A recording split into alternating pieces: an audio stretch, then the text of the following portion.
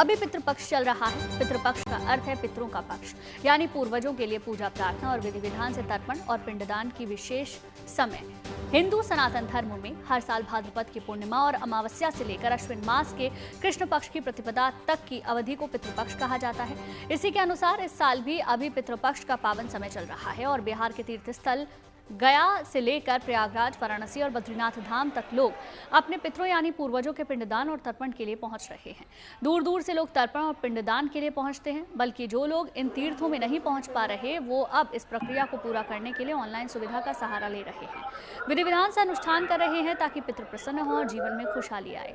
ये जानना जरूरी है कि पितृपक्ष में पिंडदान और तर्पण क्यों करना चाहिए, इसका क्या महत्व है और इसके विधि विधान से पितरों से वरदान कैसे मिल सकता है। साथ ही ये भी जानना जरूरी है कि बिहार के तीर्थ स्थल गया जी में पिंडदान करने का महत्व क्या है, इससे कैसे कल्याण होगा, ये सब आज आपको हम इस अपने खास कार्यक्रम में बताने जा रहे हैं।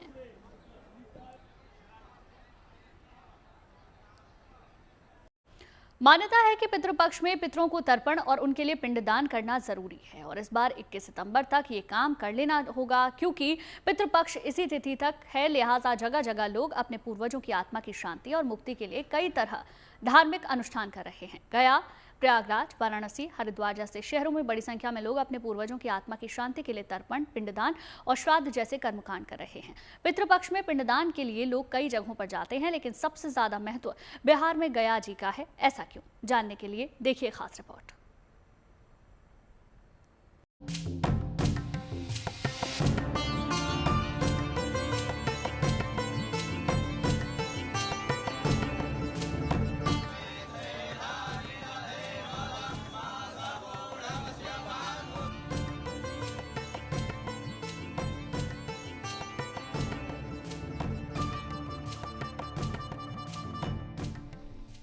भाद्रपद पूर्णिमा से पितृपक्ष की शुरुआत हो चुकी है, जो अश्विन अमावस्या तक चलेगा। इस दौरान प्रयागराज से लेकर वाराणसी और बद्रीनाथ से लेकर गया जी तक अपने पितरों का श्राद्ध करने लोग पहुंच रहे हैं। धार्मिक मान्यता के मुताबिक पितृपक्ष के 16 दिनों के दौरान पूर्वज धरती पर मौजूद रहते हैं। पितृदेवता हमारे घर पधारते हैं और जो लोग उनके लिए ध्यान करते हैं उन्हें वो आशीर्वाद भी देते हैं। इस दौरान अपने पितरों की आत्मा की शांति के लिए तर्पण और पिंडदान किया जा रहा है। पितृपक्ष में श्राद्ध किसी भी पवित्र नदी किनारे करने का विधान है, लेकिन इसके लिए कुछ महत्वपूर्ण जगह भी निर्धारित की गई है। पहले प्रयागराज, फिर वाराणसी और उसके बाद गया जी में पिंडदान करने से पितरों की आत्मा की शांति मिलती है। मैं अंबिकापुर छत्तीसगढ़ से आया हूँ गया जी में पिंडदान करने के लिए, क्योंकि पितृपक्ष पवित्र पितृपक्ष चल रहा है अभी। तो हमारी इच्छा थी कि हमारे पुराने जितने भी पूर्वज हैं उनको हम पिंडदान करें। उनका पिंडदान करने से एक मान्यता है हिंदू धर्म में कि अपने पूर्वजों को मुक्ति मिलती है। उसके कारण हम लोग हमारे पूर्वजों के लिए यहाँ पे आए हुए हैं। पितरों को कुछ तर्पण के लिए बहुत दिनों से हमारी इच्छा थी और गया जी एक पवित्र जगह है, पवित्र भूमि है। वैसे तो पिंडदान, तर्पण और श्राद्ध कर्म के लिए देश में कई जगह हैं, पर बिहार में फल्गु नदी के किनारे मौजूद गया विशेष है। हर साल लाखों की तादाद में लोग गया जाकर माता पिता और पूर्वजों के लिए तर्पण और पिंडदान करते हैं। पितृपक्ष महीने में जो ये गया क्षेत्र है, यह एक तीर्थ है और यहाँ केवल पिंडदान करने वाले आने के बाद सारे पितृ जो होते हैं तीर्थ में आकर के मोक्ष प्राप्त कर लेते हैं। इसका बहुत बड़ा महत्व हमारे शास्त्र में है और यहाँ तीर्थ केवल करने से हमारे जो पितर, जो भटकती आत्माएं हैं, जो लोग इधर उधर घूमते रहते हैं या जिनका मुक्ति नहीं होती है, सभी लोग मोक्ष प्राप्त कर लेते हैं। मान्यता ये है कि सर्वपितृ अमावस्या के दिन यहाँ पिंडदान करने से 108 कुल और 7 पीढ़ियों का उद्धार हो जाता है। इसीलिए गया को मोक्ष की स्थली भी कहा जाता है और पुराणों में बताया गया है कि यहाँ भगवान विष्णु स्वयं पितृदेव के रूप में निवास करते हैं। गया में पिंडदान करने का महत्व ये है कि जो पितृ लोग गुजर जाते हैं उनकी श्राद्ध करने के लिए गया में आते हैं और उनका यहाँ पिंडदान करके अपने पितृलोक को उद्धार करके जाते हैं। यहाँ पर हर एक साल 17 रोज के गया श्राद्ध होता है, तो बहुत लोग 1 रोज में भी चले जाते हैं, कोई 3 रोज में भी चले जाते हैं, कोई 5 रोज में भी चले जाते हैं।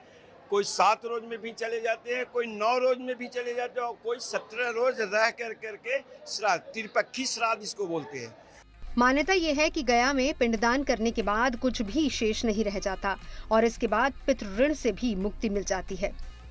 कहते हैं कि फल्गु नदी के तट पर ही भगवान राम और माता सीता ने राजा दशरथ की आत्मा की शांति और मोक्ष के लिए श्राद्ध और पिंडदान किया था। मान्यता ये भी है कि पांडवों ने भी इसी जगह पर श्राद्ध कर्म किया था। वायु पुराण, गरुड़ पुराण और विष्णु पुराण में भी गया के महत्व का वर्णन किया गया है।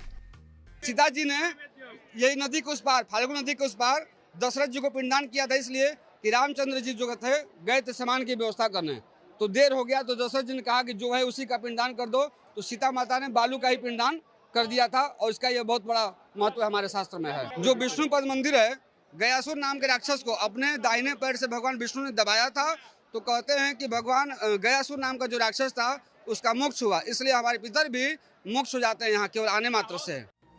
हर साल पितृपक्ष में यहाँ श्राद्ध करने के लिए लोगों का हुजूम उमड़ता है और इसके लिए पितृपक्ष का मेला भी लगता है। गया की कहानी गयासुर नाम के असुर से जुड़ी हुई है, जिसे ब्रह्मा से पवित्र शरीर का वरदान मिला था।